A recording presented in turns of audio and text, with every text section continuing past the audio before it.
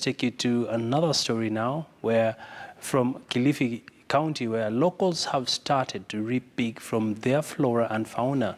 Our reporter Julia Wino has been on that bit. Take a look. For ages, the moringa tree has been in existence in Kilifi County and the country at large.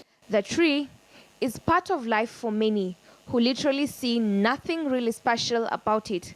But this is now starting to change. Foreign investment is now playing a transformative role. The room that you see here and everything in it has actually been constructed by ourselves, by local people, by people who live no more than a few miles away from us. In that way, we are able to provide local jobs, we're able to use local materials, and we're able to support the local economy without simply extracting from the local economy and then doing the work, the value-added work somewhere else. We're doing it right here. Papu Harun initiated the project back in 2014 after the near collapse of the tourism industry. Initially, he had a beach resort at Uyombo area, which failed as a result of matters like security. The business has since then been of great impact to its local residents and even to him, as he exports moringa oil to the United States and other parts of the world in Europe.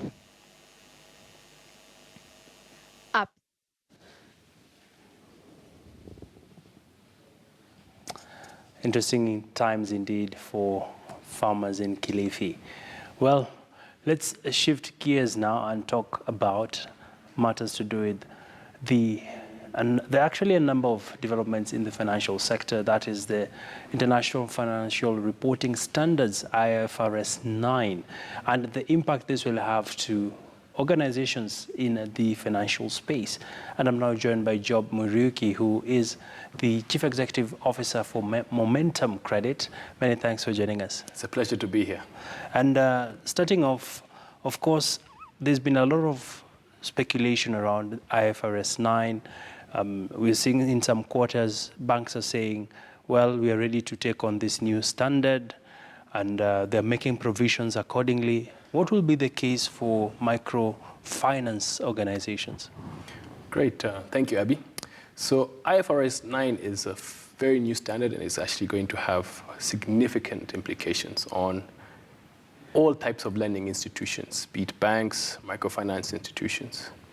Now, essentially, what this new standard says is previously, banks would provide for bad debt as the loss occurs. Yes. So let's say I give you a loan, and when it starts behaving in default, that's when you provide. Now, the standard says you must recognize the provision, assuming the person is going to default when you give them the loan. So this means, as a financial institution, if previously I experienced a loss rate or bad debt rate of 7%, when I'm originating the loan, I have to recognize that provision or loss, in effect, upfront.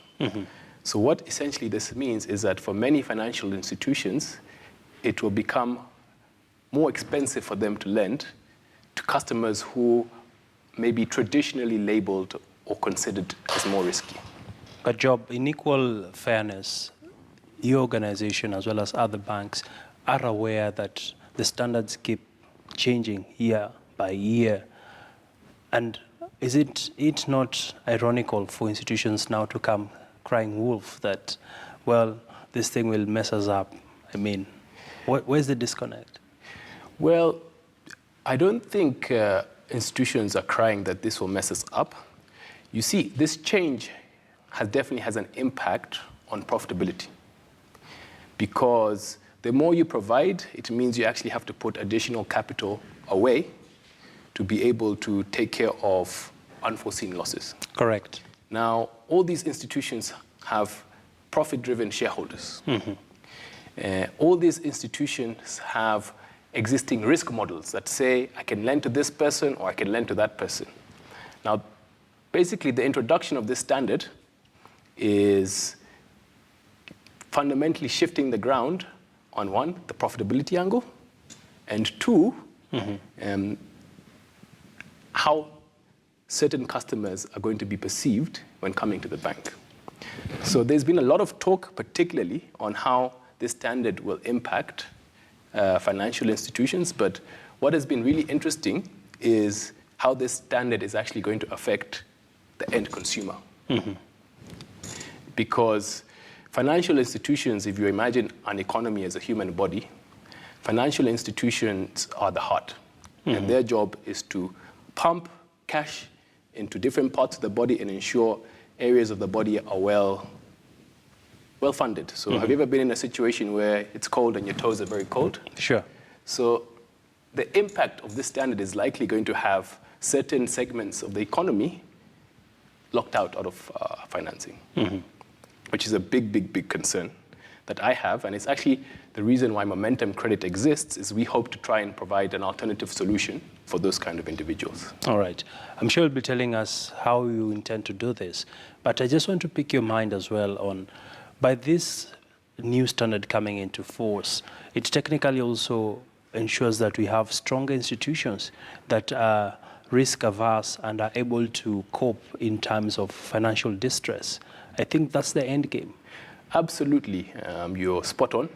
So if you were to research the genesis of these standards, they actually started around the early decade, and it was really a result of the financial crisis that happened in the West towards 2008, 2009, where the accounting body recognized that a lot of financial institutions weren't reserving enough capital for the risks that they were taking. So yes, looking at it in one way, it's fantastic, particularly for institutions that take public money, as in deposits from people. It's important that that money is safe. Sure. So having these institutions have enough capital in the event of, distress in the economy, where they actually financial shocks. Precisely, they can absorb those shocks and still remain above water. All right. So talk to us about your strategy now as Momentum Credit. In the face of all this, how do you intend to still stay afloat? All right. So Momentum Credit is still quite new. We're a year old. We were formed last year, and our purpose is to provide structured working capital solutions to SMEs. Now, if you dig a little deeper, SMEs play a pivotal role to this economy. In fact, in some ways, I would say they are the backbone of economic growth. Taking a look at statistics, in terms of formally registered SMEs, they're 1.6 million, and they employ 4 million people in Kenya. If you include non-registered informal SMEs, there are 6 million of them, and they employ 15 million people. And collectively, these institutions account for over 1/3 of Kenya's gross domestic product. Correct. Now, the Kenya National Bureau of Standards released a report last year, which showed... Bureau of Statistics, yes. Statistics, yeah, sorry. That 52% of bank applications for credit that these institutions made in 2016, bear in mind this was even before the interest rate capping, were declined. So you find that these companies don't have access to financing as they would like to be able to meet their economic goals and ambitions. And that's what we hope to solve in a manner that is productive and minimizes these individuals' opportunity cost. All right. So in your parting shot, if you could just share with us now, we are seeing there's talk of the rate cap to be reviewed. There's also talk of, by the World Bank, saying that SACCOs should be converted to banks. What are your thoughts on this? How might this impact your business? Right. Interest rate capping, I think its reversal will definitely help to improve accessibility to finance, which is a big issue in this country. Is it going to eliminate the problem? I don't think it will. What this economy needs, I believe, is a lot more innovation. So for example, there are a lot of companies that require money but perhaps don't have access to collateral.